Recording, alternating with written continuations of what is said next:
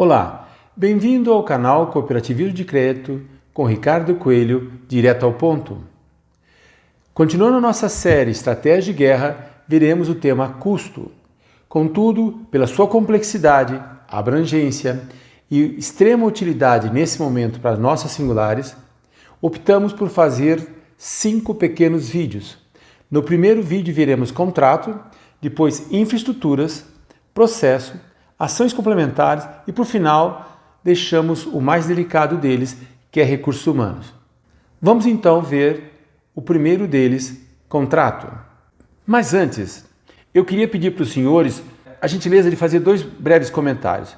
Um é que eu, conversando com grandes líderes do cooperativismo, seja Direx ou seja Conselho de Administração, eu percebo que alguns deles, seja porque a pandemia ainda não os pegou ou não afetou fisicamente ninguém na região, alguma coisa os faz ficarem acreditando que ela não vai chegar e eles estão postergando ações que poderiam desde já edificar, porque lembrando o Sun Tzu, que é do livro da Arte da Guerra, né, um livro escrito há 26 séculos, né, esse estrategista dizia que aquele que se empenha em resolver as dificuldades resolve-as antes que elas surjam, ou seja, nós precisamos ser um pouco mais assertivo, ficar um pouco mais estressado e não achar que essa pandemia não vai chegar na minha região.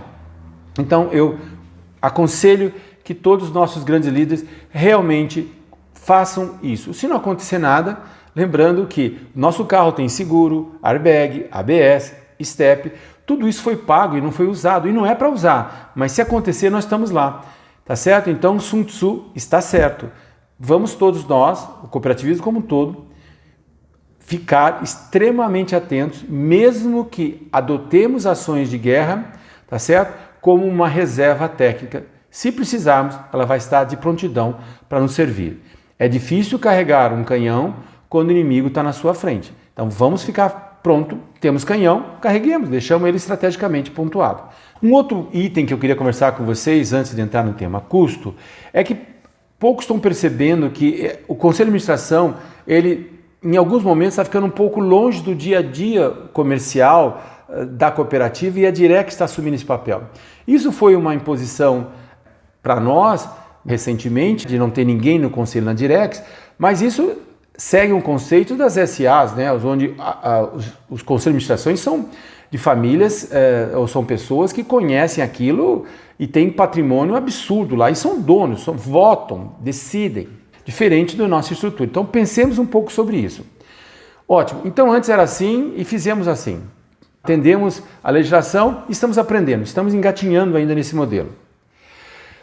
Mas se vocês observarem, na crise eu estou pedindo aos senhores que quase que juntem o Conselho de Administração com a Direx. Façam isso ter um grau de comunicação, de afinidade absurda, para que rapidamente o Conselho, mantendo a sua lógica de poder e de discernimento, porque é ele que traz as ambições dos nossos sócios para nós, eles que em conceito deveriam estar atentos ao mercado para trazer o que é relevante, como eles querem que os seus sócios, né, a quem eles protegem, estão com interesse ou não, e para baixo a Direx, que é aquele que vai operacionalizar. Ótimo. Então, o que eu trouxe para os senhores rapidamente é algumas ações para essa guerra, para que a gente consiga então ter essa harmonia de conselho e Direx totalmente muito eficaz. A primeira dela é que o conselho e a Direx vão analisar as macroações que eles acreditam que sejam oportunas e vão instalar um comitê de crise, algo que eu já citei no primeiro vídeo, já umas 2, 3 semanas. Depois, o Conselho de Administração, que é a missão dele, aprovar as ações. Ele pode, inclusive, dar uma carta branca à Direx para trabalhar, tá? Ou dizer, eu quero dessas ações, Direx, faça assim, tudo bem? Reparem, o Conselho de Administração é quem decide, literalmente, as macroações.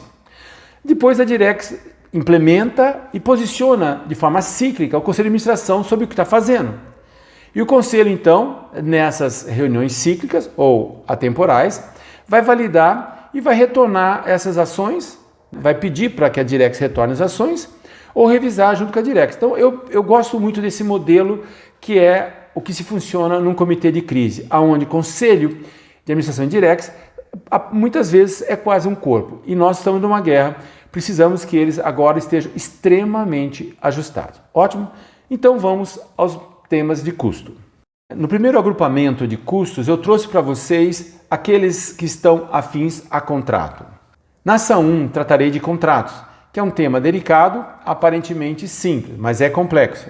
Então, o conselho que eu tenho é para que nossos líderes vejam os custos de maior relevância, renegociem esses e todos os demais, mas antes tenha certeza de que existe uma efetiva parceria, ou seja, eu tenho um grande fornecedor de serviços ou de insumos e eles realmente, eu posso confiar neles, eu tenho uma credibilidade interessante com ele, o custo que ele me passa é interessante, tem uma alta qualidade na entrega atual, quer dizer, ele não está sofrendo os impactos da pandemia e continua me atendendo muito bem, isso é muito relevante.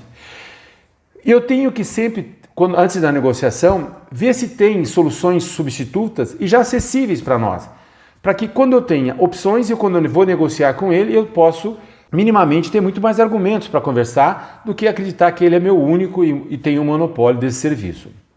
E a última coisa é ter a certeza que eu vou precisar desse parceiro para sair da crise. Então eu tenho que fazer de tudo para mantê-los ativo, competitivo, com qualidade, porque na saída da crise eu quero ele ao meu lado. Na ação 2 de contratos, eu oriento a cancelar 100% dos contratos não urgentes ou que não são essenciais. E vocês vão encontrar dezenas deles aí. E uma sugestão é contratar como freelancer, ou seja, não ter mais esse contrato, mas contratar ad hoc, por demanda, unicamente se internamente nós não façamos de forma aceitável. Nós estamos numa guerra. Não há necessidade do ótimo, agora precisamos do bom. Na ação 3 vou tratar de um tema complexo, que são os aluguéis.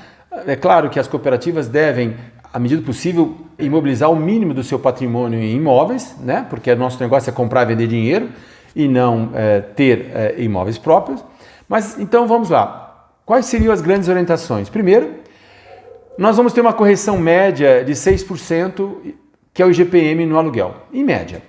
Mas qual que é a ideia? É não aceitar esses 6 e pedir um grande desconto, enquanto durar a crise. Tá certo? Mostrar a nossa parceria, mas dizer, olha, todo mundo está fazendo sacrifício, eu peço que você também faça. Argumentar que somos um dos poucos que podem dar locação para aquele imóvel, se isso for verdade, que já temos acordo na agência CIS e YPROS, que conseguimos um baita de um desconto, para deixar claro para ele que esse é o nosso caminho e pedimos dele também algo. Incrível como vocês vão ver que todos eles vão sim ceder alguma coisa ou vão ficar muito constrangidos porque na frente nós vamos saber que estamos diante de alguém que não foi muito parceiro nessa negociação. E que então podemos, se ele fizer essa dedução, que a gente pode garantir 6 meses do contrato ou alguma coisa assim. Continuando então, sempre ponderar que os custos da multa de romper um contrato de aluguel por uma agência menor ou mesmo fechar a agência, a gente tem que lembrar que a digitalização, que sairemos muito mais com ela aqui no final da crise, ela vai forçar que a gente faça isso. Então, dá uma olhada se não consegue em algumas agências que têm baixo retorno ou que é uma segunda, terceira na praça, já não vale a pena a gente ser mais assertivo nesse acordo. E lembrem sempre, né? Após a pandemia, será muito menor a necessidade de espaço físico e a quantidade de agências também. E assim podemos, sob pressão da crise, quem sabe agilizar essa decisão em algumas agências. Eu sei que vocês podem achar estranho, mas esse é o contexto que eu acredito. E por final, eu gostaria que vocês olhassem algo muito importante.